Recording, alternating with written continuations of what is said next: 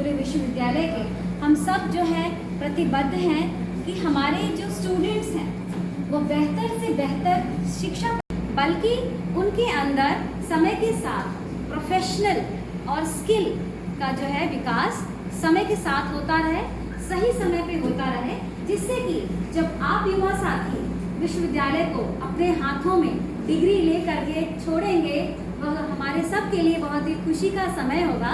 तो जब आप अपने आप को विश्वविद्यालय के बाहर कदम रखते हुए पाएंगे तो आप ज्ञान होगा, वरन उस ज्ञान का आपको कहाँ उपयोग करना है यह भी जानकारी आपके पास होगी। उनका भी बहुत अच्छा प्लेसमेंट हुआ है, उसमें पूरी भूमिका जो है वो सर के निर्देशन में, इनके लीडरशिप में और मेधा फाउंडेशन का ही कंट्रीब्यूशन था। तो अब आप इस प्रकार के कार्यक्रम के भी और इस प्रकार के कोलैबोरेटिव जो वर्कशॉप्स हैं इसके भी इम्पोर्टेंस को समझ पा रहे होंगे।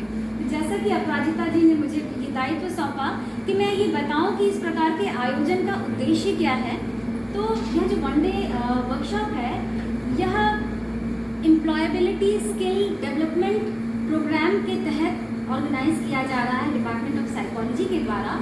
मेधा यह कार्य जो है बहुत पहले से ही विश्वविद्यालय में कर रही है, लेकिन यह पहली बार हुआ है कि मेधा चल करके स्वयं अपने कोऑर्डिनेटर सर के लीडरशिप में डिपार्टमेंट में आकर के डिपार्टमेंट के बच्चों को फोकस कर रही है। क्योंकि आप में से बहुत सारे बच्चों को जानकारी नहीं होती है, या जानकारी होती है तो उनके पास वो मोटिवेशन नहीं होती है। कभी मोटिवेशन होता है तो हो सकता है कोई हर्डल आ जाता है कि आप वहाँ तक नहीं पहुँच पाते। देखिए आप सब लोग खुद यहाँ पे चले आए हैं क्या करने के लिए, आपके कैरियर गाइडेंस के लिए। हम सबका उद्देश्य यही है कि साइकोलॉजी के स्टूडेंट्स जो भी ज्ञान प्राप्त कर रहे हैं उनके अंदर जो भी साइकोलॉजिकल स्किल्स हैं वह इतने ज़्यादा अच्छे हों, जितने भी तरह के जॉब के अपॉर्चुनिटीज़ होते हैं in the field of psychology मदद भी कर सकते हैं। मतलब ये एक अपेक्षा रिक्वेस्ट है, आप एक अपना ग्रुप डेवलप जो कि सिर्फ कल्चरल ना, आप कल्चरल ग्रुप तो अपना बना ही सकते हैं, आपके अंदर बहुत प्रतिभाएं हैं, ये हमने पिछली बार देखा ही था। उसके अलावा भी उसकी एक्टिविटीज को आप कर सकते हैं। फॉर एग्जाम्पल, आप में से साइकोलॉजिकल प्रॉब्लम्स को फेस करने वाले इस सोसाइटी में बहुत सारे लोग हैं। आप उसको एक अपने मतलब उसको आप ऑर्गेनाइजेशन कहिए, उसको आप एक्टिविटी क्लब कहिए, उसको आप जो भी कहिए, कोई अच्छा सा नाम दे करके यू कैन आप उसके सहारे चीज़ों को कर सकते। आप उसके सहारे बहुत सारी एकेडमिक एक्टिविटीज़ को कर सकते हैं। आप उसके सहारे बहुत सारी जो साइकोलॉजिकल एक्टिविटीज़ हैं उनको कर सकते हैं। और इन सब में आपको मतलब कि मैं वैसे मैम के आप में भी कहते रहा हूँ कि मैम तो आपको सपोर्ट करती हैं और करेंगी। हमको हमारे से भी जितना आपको सपोर्ट चाहिएगा वो मिलेगा। एंड ऑन बिहाफ ऑफ मेधा वो भी हम कह रहे हैं कि वो भी आपको इस पर सपोर्ट करेंगे। And they know how to take all these things, right. तो आप अगर और आप लोग कर सकते हैं, क्योंकि आप लोगों के में एक ग्रुप की तरह से काम करने की क्षमताएं हैं। तो you can build that and that group can आपको वो ग्रुप जो है एकेडमिक, कल्चरल, सोशल, हर तरीके के काम को स्टूडेंट के फोरम से करें। और लास्ट चीज मैं चाहता ही हूँ कि आपका जो पूरा साइकोलॉजी डिपार्टमेंट के स्टूडेंट्स हैं वो भी अपना एक छोटा सा प्लेसमेंट का टीम जैसी कर सकते हैं, right, so that everything that comes to us we can directly send. एक नेटवर्क जैसा डेवलप हो तो वो बहुत काम है। मैं सभी को नमस्ते करता हूँ और मैं इस डिपार्टमेंट की हेड डॉक्टर रश्मि सिंह जी, सेवायोजन से हमारे मुख्य अतिथि के रूप में पधारे हुए प्रोफेसर रमन सिंह जी और मेधा संस्था को जिसका ब्रोशर मैंने पढ़ा, देखा, इन लोगों के प्रयास को भी देखा, मुझे अच्छा लगा। सभी को मैं बहुत बहुत धन्यवाद देता हूँ कि आप लोगों ने मुझे आज यह अवसर प्रदान किया यहाँ आने का और आप लोगों से कुछ बात करने का। और आप सभी प्यारे बच्चों को मैं सबसे ज़्यादा धन्यवाद देता हूँ जो आप बड़ी शांति से बैठे हुए हैं और हम लोगों की बातों को सुन रहे हैं। तो आप एक बार जोरदार तालियों से अपनी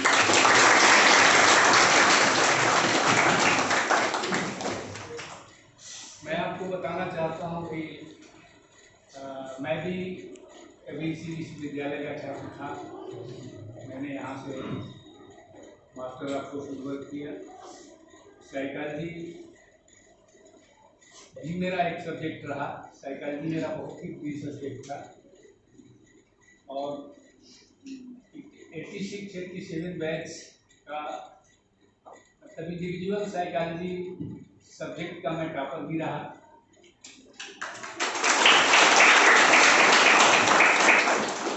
मुझे याद है कि बहुत सारे प्रैक्टिकल्स हम लोग साइकोलॉजी में करते थे। इसकी चर्चा हम करेंगे आपसे अभी। मुख्यतया किरण सेंटर दिव्यांग बच्चों के लिए काम करता है। इसके पहले भी मैं बहुत सारी किरण से पहले भी मैं हेल्पेज इंडिया में रहा, बुजुर्गों के साथ काम किया, महिलाओं के साथ काम किया, बहुत सारी ऑर्गेनाइजेशंस में काम करने का मुझे मौका मिला और यूनिसेफ के साथ भी मुझे काम करने का मौका मिला। और आज जब मैं दिव्यांगता के क्षेत्र में हूँ, दिव्यांगता के क्षेत्र में जुड़ने का मेरा जो मकसद था, जो मेरा उद्देश्य था, किरण सेंटर से पहले मैं जहाँ कहीं भी रहा, मैं फंडिंग एजेंसी में था, मैं दूसरी ऑर्गेनाइजेशंस को फंड दिया करता था, उनका इवैल्यूएशन करता था, उनका मॉनिटरिंग करता था।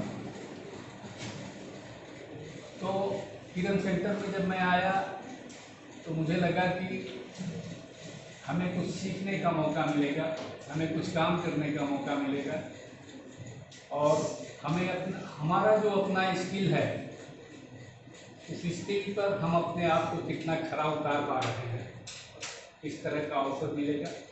और वो अवसर निरंतर बढ़ता चला गया और शायद बहुत सारी जगहों पे अपॉर्चुनिटी मिली, बहुत सारी जगहों पे अभी भी अपॉर्चुनिटी है, लेकिन यहाँ जो सुखद अनुभव हुआ इन बच्चों के साथ जुड़ कर के कार्य करने का,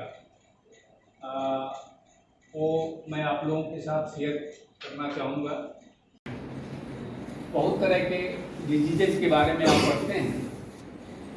जिन लोगों ने असामान्य मनोविज्ञान को ठीक तरीके से पढ़ा होगा, आप किसी भी व्यक्ति विशेष को लेकर के बैठ जाइए, ठीक तरीके से अगर आपको ज्ञान है तो आप एक निष्कर्ष पर जरूर पहुंचेंगे इस व्यक्ति के व्यक्तित्व में क्या कमियां हैं। लेकिन उस ज्ञान के लिए क्या जरूरी है? आपका गूढ़ ज्ञान होना। Depth knowledge is very essential to reach on that destination. तो वो चीज जो है आपके लिए बहुत जरूरी है। आज समाज की जो परिस्थिति है, वो परिस्थिति इस तरह की है कि दिव्यांगता का जो रेशियो है वो दिन पर दिन बढ़ता जा रहा है। और मैं आप लोगों को इनकरेज करना चाहता हूँ, बताना चाहता हूँ कि मैं मनोविज्ञान के क्षेत्र में आप सभी मनोवैज्ञानिकों के लिए आने वाले समय में दिव्यांगता के क्षेत्र में अपार संभावनाएं देख रहा हूँ। बहुत सारी संभावनाएं हैं।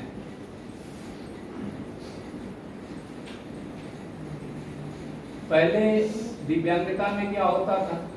पहले दिव्यांगता में लोग शारीरिक रूप से ज़्यादा दिव्यांग होते थे। पोलियो की वजह से पोलियो अफेक्टेड हो जाते थे। आज क्या हो रहा है? आज मानसिक दिव्यांगता बढ़ रही है सभी के लिए ना। उसकी वजह क्या है? उसकी वजह क्या है? इन्वायरमेंटल चेंजेस जो हो रहे हैं सर, उसकी वजह से सोशल जिस तरह से हमारी सोसाइटी में चेंजेस हो रहे हैं वो सारे सर इसके माध्यम से। बिल्कुल सही कहा आपने। जो हमारे चेंजेस हो रहे हैं वो एक बहुत बड़ा फैक्टर है। जैसे परिवर्तन से हमारे मूल्यों में कितना क्षरण हो रहा है, और उन मूल्यों में क्षरण का परिणाम है कि ये मानसिक दिव्यांगता उत्पन्न हो गई। हमारे जो सामाजिक मानक हैं, हम आगे जा रहे हैं, ये बहुत अच्छी बात है, हमें आगे जाना चाहिए। लेकिन हमें ये भी तो देखना चाहिए कि हमारे पिताजी के जीवन में क्या कोई गलतियां थी, हमारे दादा परदादा के जीवन में कोई गलतियां थी, उसका भी मूल्यांकन करना चाहिए। क्योंकि हमारा देश विश्वगुरु अपने भौतिकता के आधार पर नहीं रहा है, बल्कि विश्वगुरु अपने सांस्कृतिक विरासत के आधार पर रहा है। और हमारी संस्कृति, हमारी सांस्कृतिक धरोहर जो है, हमेशा हमें मजबूती प्रदान करती है। हम आज बहुत आगे बढ़ चुके हैं, लेकिन परिवार में 10 लोग बैठे हों और 10 लोगों के बेटे आते हैं, एक नमस्ते करता है, एक सैल्यूट मारता है, ये कैसे कर लेता है, ये कैसे कर लेता है, तमाम तरह की बातें होती हैं। और एक बच्चा आता है जो सभी का पैर छूते हुए जाता है। आप बताइए, जो पैर छूता है उसकी स्थिति क्या होती है, और जो सैल्यूट मारता है उसकी स्थिति क्या होती है? सब लोगों को सोचने के लिए वहां पे मजबूर होना पड़ता है। सब लोग सोचने के लिए बाध्य होते हैं। तो कहीं ना कहीं से हमारी परंपराएं हमें कंपेल करती हैं, हमें बाध्य करती हैं, क्योंकि उसका भी साइंटिफिक लॉजिक है, उसका भी एक रीजन है। जो भी हमारी परंपराएं हैं, उन परंपराओं के पीछे हमारा विज्ञान जुड़ा हुआ है। तो मैं आप लोगों के विषय पर आता हूँ, इस आइडेंटिटी के विषय पर आता हूँ। जैसे एक समस्या मैंने बताया। दूसरी बात है, शादी के बाद जैसे अब लोगों का दाम्पत्य जीवन शुरू हो जाता है, अब उसके बाद जो है बाल बच्चे की बात आती है। अब आजकल उसमें भी कॉम्प्रोमाइज लोग करने लगे हैं। अभी नहीं, ये परीक्षा दे लेते हैं, उसके बाद इसके बारे में सोचा जाए। और दूसरी सबसे बड़ी बात यह है कि हमारा स्ट्रेस, हमारा तनाव, हमारे बच्चे का ग्रोथ कैसे होगा, हमारी जो मन स्थिति होगी, हमारे जो दिमाग में चल रहा होगा, वही प्रभाव तो हमारा जो बच्चा है उसके ऊपर पड़ेगा। मैं आपको बता दूं कि पहले हमारे यहाँ बहुत गरीब तबके के लोग आया करते थे हमारे सेंटर में, और आज कभी किरण सेंटर आपको आने का मौका मिलेगा तो आप देखेंगे कि बाहर में जो है कम से कम 10 इंजीनियर और मतलब तमाम गाड़ियां खड़ी रहती हैं, बड़े घरों के लोग। और सबसे दुखद तो यह है कि दिव्यांगता को छिपाने की लोगों की एक आदत सी हो गई है। लोग मानने को तैयार नहीं होते कि उनका बच्चा दिव्यांग है, जब तक कि वो कुछ ज्यादा हाइपर नहीं हो जाता, जब तक वो ज्यादा कुछ गलत व्यवहार नहीं करने लगता है, तब तक वो मानने को तैयार नहीं होते। हमारे जो एक रिश्तेदार हैं जिनके बच्चों के साथ इस तरह की प्रॉब्लम है, मैं कहता हूं उनसे तो नाराज हो जाते हैं। उन्होंने किडजी में एडमिशन कराया है, मतलब दूसरों को देख करके, जबकि वो बच्चा कुछ नहीं कर पाएगा, अंत में उनको मेरे पास आना पड़ेगा। तो जहाँ तक आपकी एजुकेशन की बात है, आप अपने एजुकेशन में जो आप एजुकेशन ग्रहण कर रहे हैं, आज एजुकेशन बहुत ही एप्रोप्रिएट एजुकेशन है इस समाज में इस बदलाव को लाने का और प्लस एम्प्लॉयबिलिटी का। दिव्यांगता के क्षेत्र में हजारों संस्थाएं पूरे भारतवर्ष में काम कर रही हैं और बहुत बड़े पैमाने पर काम कर रही हैं और बहुत बड़े पैमाने पर कार्य हो रहा है।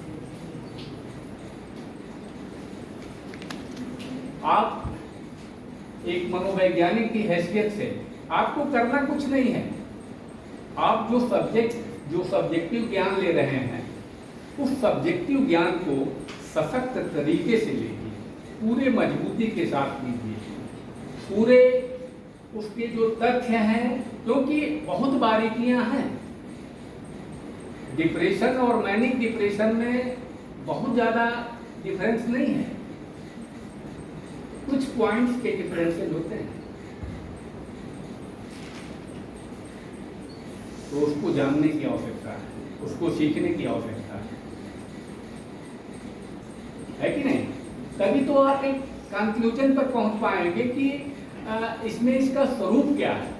जैसे डिसेबिलिटी में, मेंटल रिटार्डेशन में अभी कई प्रकार हो गए हैं, कई तरह की बातें आ रही हैं।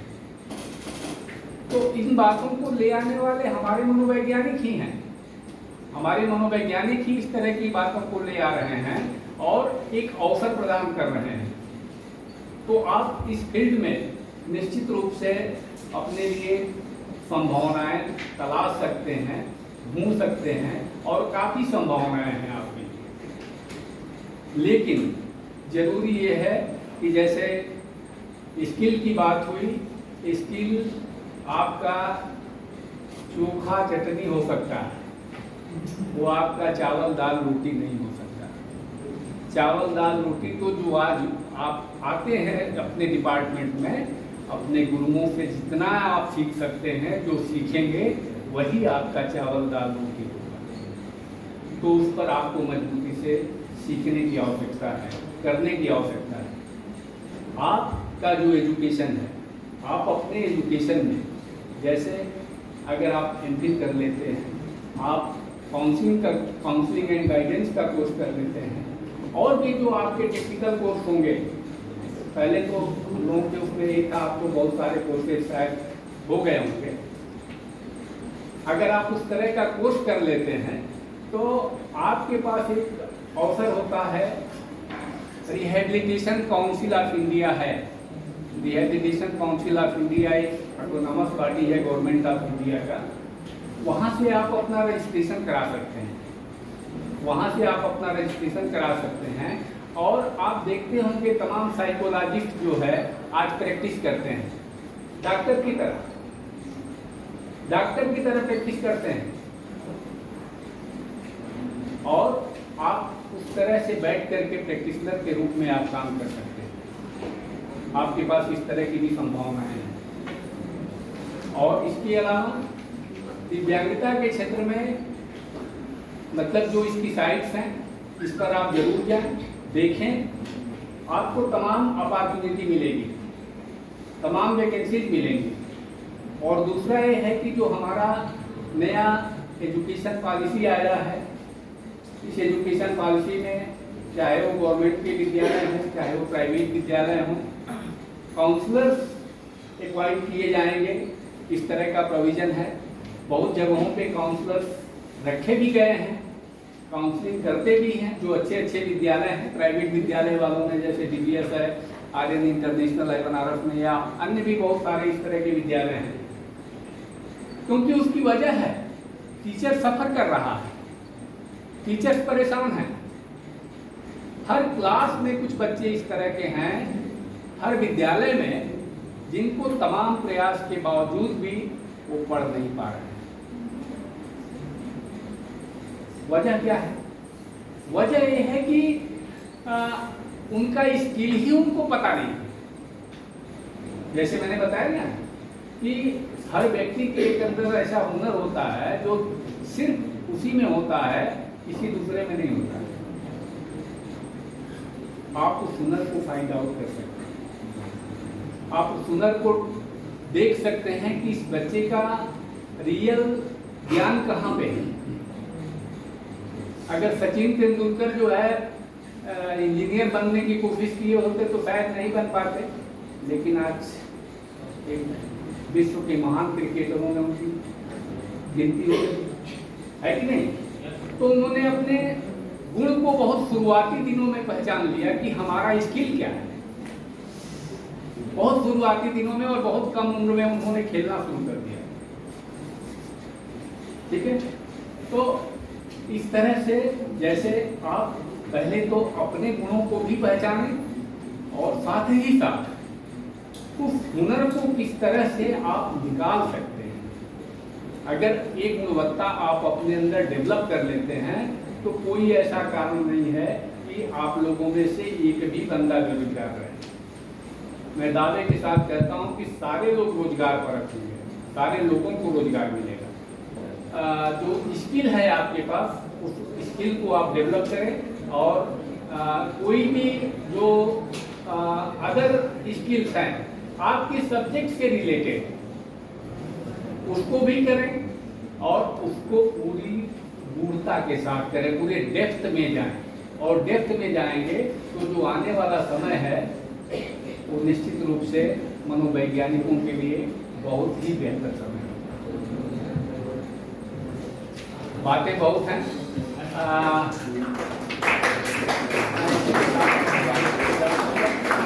आप लोगों का अगर कोई प्रश्न हो तो आप पूछ सकते हैं। तो जैसा कि सर ने आपको बताया कि हर बच्चे के अंदर, हर पर्सनालिटी के अंदर एक इनहेट क्वालिटी होती है, इनहेट स्किल होती है, उसको बस पहचानने की देरी होती है।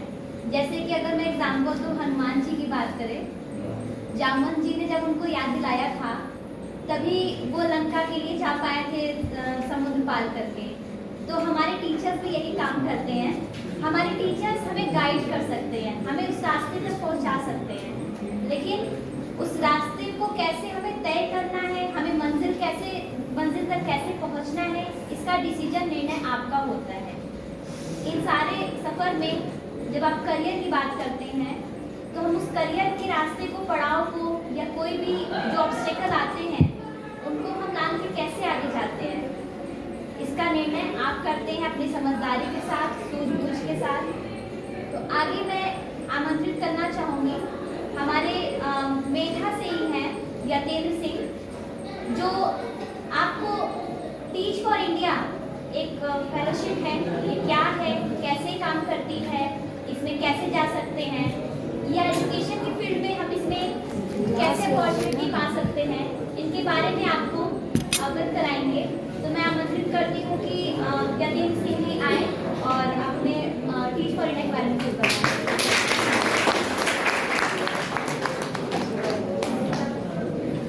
सर्वप्रथम विभागाध्यक्ष महोदय रश्मि मैम को और डॉक्टर पाल सर को, डॉक्टर राजेंद्र सर को बहुत बहुत धन्यवाद देना चाहिए। और इस विद्यालय परिसर को हम सबसे ज़्यादा धन्यवाद इसलिए देना चाहिए कि उसने, अगर पहले थोड़ा सा स्टोरी हम हमेशा सुनाते हैं उसके बाद फिर बात होते आते हैं। तो अगर हम इस विश्वविद्यालय की बात करें तो आज से ठीक 8 साल पहले हमारा का जो जर्नी है यहाँ का विश्वविद्यालय में शुरू हुआ।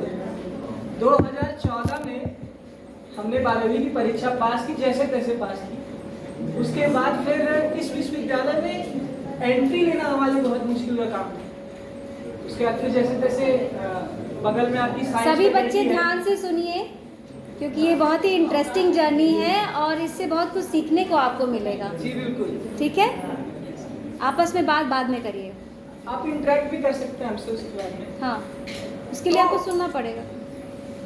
एक वो मुश्किल सफर इस विश्वविद्यालय में अपनी जगह बनाने से लेके आज यहाँ मंच में आपके सामने खड़े होकर और अपनी बातों को बताने का जो सफर रहा है काफी लंबा रहा है, जैसे हमने आपको बताया 8 साल। तो ये इतना आसान नहीं रहा है, लेकिन हाँ काफी अच्छा कह सकते हैं। तो जब पहली बार इस विश्वविद्यालय में आए थे तो हमें, अगर आप महात्मा गांधी काशी विद्यापीठ की बात करें तो आप कई जगहों से कई सारी चीज़ें सुन के आते हैं, और फिर जब आप यहाँ पे आते हैं तो कहीं ना कहीं ऐसा लगता है कि आपका मोरल डाउन है। ठीक है, आपको ऐसा फील होता है कि यार हम बनारस हिंदू यूनिवर्सिटी के विश्वविद्यालय के छात्र हो सकते थे, हम काशी विद्यापीठ में क्या करते। एडमिशन लेते वक्त कहीं ना कहीं मेरे मन में ये चीज़ नहीं थी। ठीक है, क्योंकि हम ये सोचते थे कि विश्वविद्यालय जो होता है वो विश्वविद्यालय की वजह से नहीं होता, वहाँ के बच्चों की वजह से होता है। तो मेरा ये मानना था कि क्यों हम एक महात्मा गांधी काशी विद्यापीठ के एक ऐसे विद्यार्थी बने कि आगे चल के हमारा भी नाम हो और फिर मेरे विश्वविद्यालय का भी नाम हो जाए। तो उस दिन से लेके आज तक हम कोई भी काम कर रहे हैं तो मेरा एकमात्र विजन ये रहता है कि विश्वविद्यालय का नाम उसमें होना चाहिए। उसी तरीके से हमें याद है टीच फॉर इंडिया के सिलेक्शन प्रोसेस आखिर वो क्या है, उसके लिए मुझे यहाँ पे बेसिकली आमंत्रित किया गया है। तो हमें याद है कि जब हम टीच फॉर इंडिया के सिलेक्शन प्रोसेस के लिए कई राउंड्स के बाद पर्सनल इंटरव्यू राउंड के लिए गए थे, तो वहाँ पे एक चीज़ जो सबसे ज़्यादा गौर करने वाली ये थी कि इस देश की जो सबसे अच्छे विश्वविद्यालय हैं, आप बता सकते हैं कौन कौन से हो सकते हैं? कोई BHU हो सकता है, और IIT हो सकता है, दिल्ली विश्वविद्यालय हो सकता है, ठीक है, JNU हो सकता है। तो हमारा इंटरव्यू भी दिल्ली में था। जब हम वहाँ पे पहुँचे तो वहाँ पे हमें देखने को क्या मिलता है कि ये तो IIT वाले बच्चे हैं, ये तो दिल्ली यूनिवर्सिटी वाले हैं, ये JNU वाले हैं, ये MU वाले हैं, और हम काशी विद्यापीठ वाले हैं। तो आप समझिए उस समय आपको मोरल डिस्ट्रेस कितना हो सकता है, आपका मोरल वहीं पे डाउन हो सकता है। लेकिन फिर वही हम एक लंबी सांस लेते हैं और हम बोलते हैं कि अगर हम चंद्रशेखर आजाद की यूनिवर्सिटी के विद्यार्थी हैं तो ऑब्वियसली हमारे अंदर कोई गुण होगा जिसकी वजह से आज हम इस मंच तक पहुंचे हैं टीच फॉर इंडिया के बाद। तो फिर वहाँ पे सारे सिलेक्शन प्रोसेस शुरू होते हैं। At the end of the day 24-25 बच्चे थे, 2 लोगों का होता है जिसमें से एक हम थे और एक उन्हीं विश्वविद्यालयों में से या फिर आप कह लीजिए उन्हीं इंस्टीट्यूट में से एक लड़का था। तो उस दिन हमें ये ज्ञात हुआ कि हमारा ये जो विश्वविद्यालय है ये कोई साधारण विश्वविद्यालय नहीं है। आपको ये चीज़ पहले समझना चाहिए। आप बहुत ही असाधारण व्यक्तित्व हैं, जैसा सर अभी राजेंद्र सर बता रहे थे। आप हर एक बच्चे के अंदर एक अलग तरह का व्यक्तित्व होता है, आपको बस उसको पहचानने की जरूरत है और आप कितनी जल्दी उसको पहचान के उसको आगे बढ़ा देते हैं, इस पे सब कुछ निर्भर करता है। और हम कह सकते हैं कि स्टार्टिंग में जो मैंने 4 साल या 5 साल इस विश्वविद्यालय में थे, हमको पहचानने में बहुत मदद की है। ठीक है, विश्वविद्यालय में जो भी एक्टिविटीज होती थी उसमें हम बढ़ चढ़ के पार्टिसिपेट करते थे। अब वो चाहे छात्र संघ चुनाव हो, हमने छात्र संघ का चुनाव भी लड़ा है 2016 में अध्यक्ष प्रत्याशी के तौर पर, आपको नहीं पता हो बट ऐसा हमने किया। क्यों? क्योंकि उससे हम बहुत कुछ सीख सकते थे। तो हम किसी भी मौके पर नहीं जाने देते। ऐसे सेमिनार और वर्कशॉप में तो हम हमेशा पीछे बैठा करते थे ताकि हम सुन पाए बहुत ध्यान से।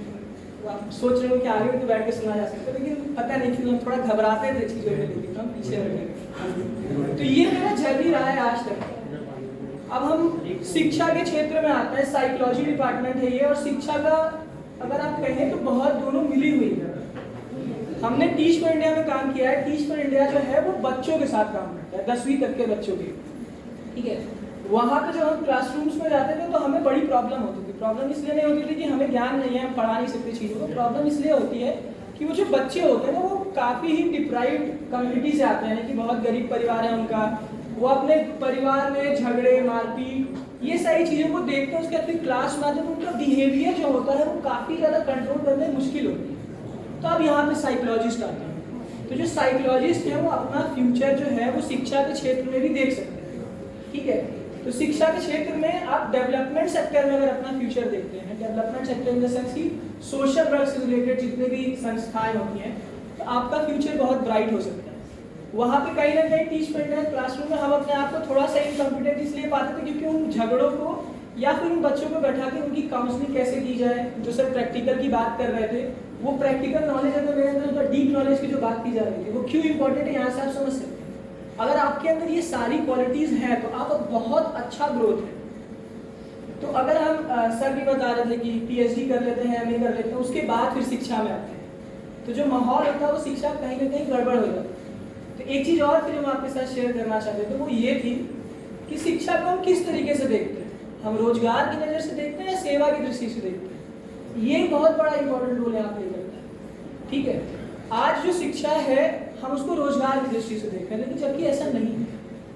अब हम भारत को विश्व गुरु बनाने की भी बात कर रहे थे, हम भक्ति इतिहास में थे भी। ऐसा क्यों था? क्योंकि भारत हमेशा से सेवा परमो धर्म ये एक पर्टिकुलर कॉन्सेप्ट के साथ आगे बढ़ा।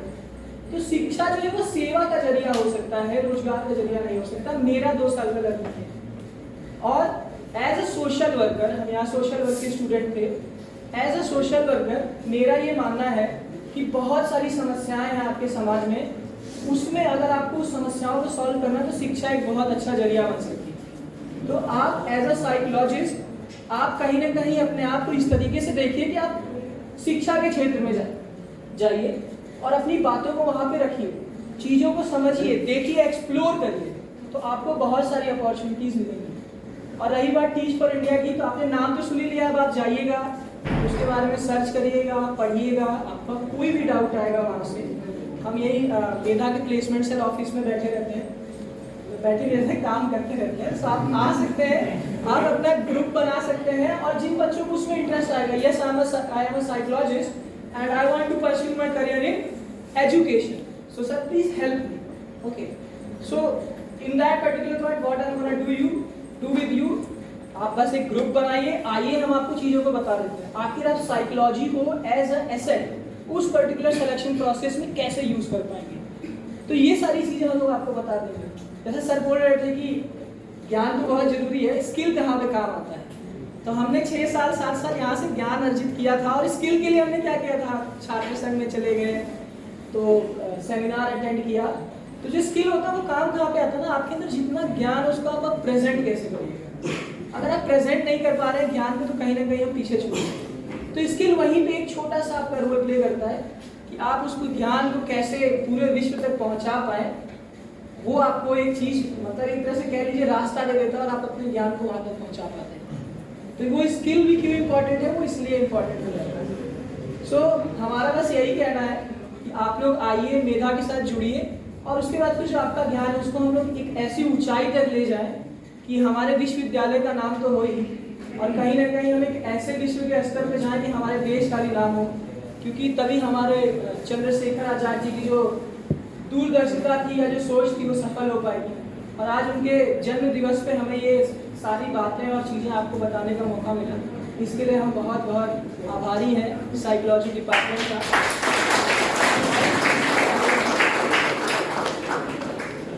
और सबसे बड़ी बात कि अगर हम इस योग्य बन पाए कि आपके बीच में इन बातों को रख पाए, तो सबसे ज़्यादा आभारी हम इस विश्वविद्यालय के हैं कि उसने मुझे ये मौका दिया और आज हम आपके बीच में प्रस्तुत कर रहे हैं। आपको कोई भी चीज़ हो, जाननी हो, डाउट हो, आप आके मेधा प्लेसमेंट सेल में हमसे बातचीत कर सकते हैं, पूछ सकते हैं और अपनी जर्नी को है from student to a professional आप आगे बढ़ सकते हैं। तो बहुत बहुत धन्यवाद आप सभी को। Thank you so much Jatin Singh ji. जैसा कि आप लोगों ने सुना कि आप अपने करियर को किस क्षेत्र में आगे ले जा सकते हैं, एजुकेशन के साथ साथ आप किन किन क्षेत्र में अवसर देख सकते हैं।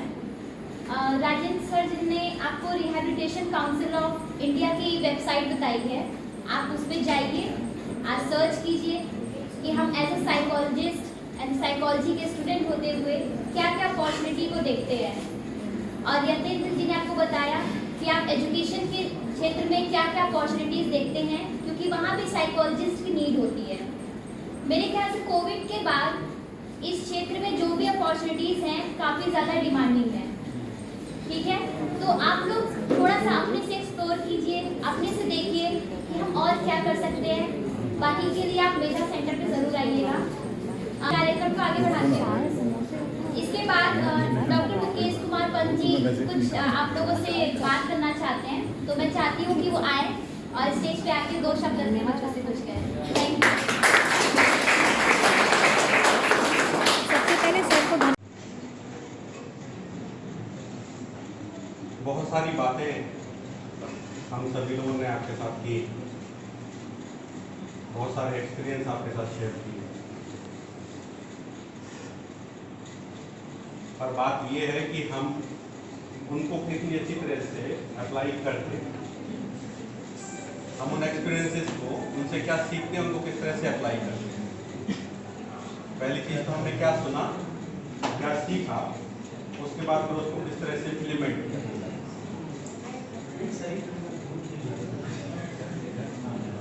जैसे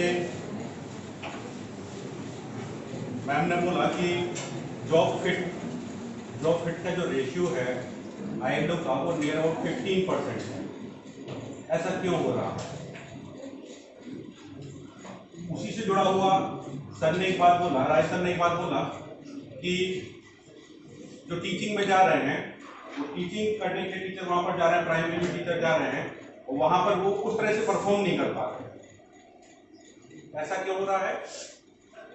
क्योंकि हमारी जो क्वालिफिकेशन है, या तो अकॉर्डिंग टू हमारी पर्सनालिटी नहीं है, अकॉर्डिंग टू हमारे इंटरेस्ट नहीं है, अकॉर्डिंग टू हमारे एटीट्यूड नहीं है, और हमने उसको लिया, उसको हमने गेन किया, और उसके बाद हम जैसा हमें कंपनी मिला उसके साथ हमने नॉलेज को गेन किया, डिग्री लिया, और उसके बाद फिर क्या हो रहा है, हम जॉब के लिए जा रहे हैं, किसी भी तरह की जॉब के लिए जा रहे हैं जो हमारे इंटरेस्ट का एरिया नहीं है, क्योंकि हमने चेक ही नहीं किया। अच्छा, हम में से कितने लोगों ने एप्टीट्यूड टेस्ट अप्लाई किया अपने खुद के ऊपर? हम लोग एप्टीट्यूड टेस्ट बोलते हैं। कितने लोगों ने बीइंग साइकोलॉजिस्ट, हम लोगों ने कितने लोगों ने एप्टीट्यूड टेस्ट अपने ऊपर अप्लाई किया?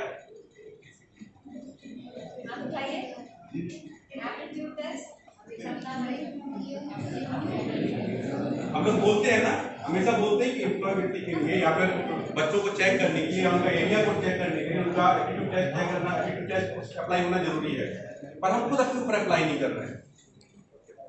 एक स्टूडेंट ने जिन्होंने किया, बहुत अच्छी बात, पर जब तक हम खुद अपने ऊपर अप्लाई नहीं करेंगे उन टेस्ट को, जो हम अप्लाई करने की बात बोल रहे हैं अपनी प्रैक्टिस में एज अ काउंसलर और एज अ प्रैक्टिशनर, अगर हम बात बोल रहे हैं और हम उनका अप्लाई नहीं खुद अपने ऊपर कर रहे हैं, तो फिर हम उनका किस तरह से इम्प्लीमेंटेशन कर पाएंगे? क्योंकि हम अपने आप को ही चेक नहीं कर पा रहे हैं कि हम फिट हैं कि नहीं, हम उस जॉब पे फिट हो पाएंगे कि नहीं हो पाएंगे। तो सिर्फ डिग्री कलेक्ट करना कि हमें ये डिग्री मिल जाए, वो डिग्री मिल जाए, उसके बाद हमें जॉब मिल जाए, ये काफी नहीं है। मानधाता, ये काफी नहीं है। काफी क्या है कि हम ये समझें कि क्या हम सही डायरेक्शन में जा रहे हैं। अगर हमारा डायरेक्शन गड़बड़ हो गया तो फिर मामला बिगड़ जाएगा,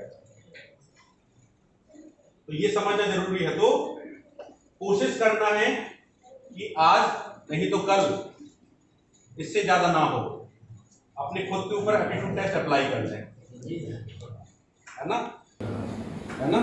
और उसके साथ साथ साइकोलॉजिकल टेस्ट को लेकर भी मैं कई बार बोलता हूं कि साइकोलॉजिकल टेस्ट, इतने सारे साइकोलॉजिकल टेस्ट हैं, हम फिर वही दूसरे के ऊपर अप्लाई करने जाते हैं, अपने खुद के ऊपर अप्लाई नहीं करते। हमारा खुद का मेंटल स्टेटस क्या है, हम क्या साइकोलॉजिकली डिस्टर्ब हो रहे हैं, क्या हमारा स्ट्रेस लेवल बढ़ रहा है, क्या हमारा एंजाइटी लेवल बढ़ रहा है, क्या हमारा डिप्रेशन का लेवल बढ़ रहा है, क्या नेचुरली हम सबका होता है, आए दिन होता है, तरह तरह की दिक्कतें हमारे सामने आती हैं और हम लोग परेशान होते हैं, हम लोगों का लेवल गड़बड़ाता है, पर क्या हम उसको समझ पा रहे हैं, क्या हम उसको अप्लाई कर पा रहे हैं?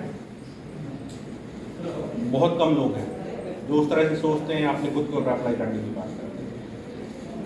तो पहली बात जो मैं कहना चाहता हूँ, मैं समझाना चाहता हूँ कि जो हम फील्ड में अप्लाई करने की बात कर रहे हैं, वो पहले अपने ऊपर अप्लाई करें। और जहां तक बात रही एरियाज की, तो जहां भी ह्यूमन बीइंग्स हैं, सबसे पहली चीज, जहां भी ह्यूमन बीइंग्स है वहां पर हमारा रोल है, चाहे वो हम एकेडमिक की फील्ड में कहें, चाहे वो हम इंडस्ट्रीज की फील्ड में कहें, चाहे हम सोसाइटी की फील्ड में कहें, चाहे हम मेडिकल फील्ड में कहें, चाहे हम एडमिनिस्ट्रेशन की फील्ड में कहें, हर एक जगह पर। सर ने एक बहुत अच्छा एक इशू रखा कि हम लोग आरटी ऑफिस में, अभी तक मेरे दिमाग में नहीं आया था कि आरटी ऑफिस में इस तरह से एक जॉब क्रिएट हो सकती है, पर रिएक्शन टाइम को लेकर एक हम लोग क्रिएट कर सकते हैं, हम लोग बोल सकते हैं डिपार्टमेंट को, एडमिनिस्ट्रेशन को कि भाई इस तरह की जॉब भी हो सकती है। तो जहां हम काउंसलर की बात कर रहे हैं, या फिर क्लिनिकल साइकोलॉजिस्ट की बात कर रहे हैं, या फिर सिर्फ टीचिंग की बात कर रहे हैं, उसके अलावा भी और एरियाज हैं, जैसे हेल्थ सेटअप में है, आप सब लोग जानते हैं कि हेल्थ डिपार्टमेंट में एज क्लिनिकल साइकोलॉजिस्ट और काउंसलिंग साइकोलॉजिस्ट हम लोग जा सकते हैं। स्कूल्स में एज अ काउंसलिंग साइकोलॉजिस्ट या स्कूल काउंसलर आप जा सकते हैं। हॉस्पिटल्स में आपको पता ही है, इस समय 3 तरह की पोस्ट हैं, डिस्ट्रिक्ट हॉस्पिटल में 3 तरह की पोस्ट हैं। एज अ काउंसलर आप वहाँ पर परफॉर्म कर सकते हैं, as ICTC counsellor, as a PCT counsellor, as a family counsellor और एज अ न्यूट्रिशन काउंसलर, 4 तरह की पोस्ट इस तरह गवर्नमेंट ने डेवलप कर दी है हॉस्पिटल्स में। और जल्दी ही हर एक ब्लॉक में काउंसलर की पोस्ट, हर एक ब्लॉक में, सोचिए कितने ब्लॉक हैं, हर एक ब्लॉक में काउंसलर की पोस्ट डेवलप होने जा रही है। अभी पिछला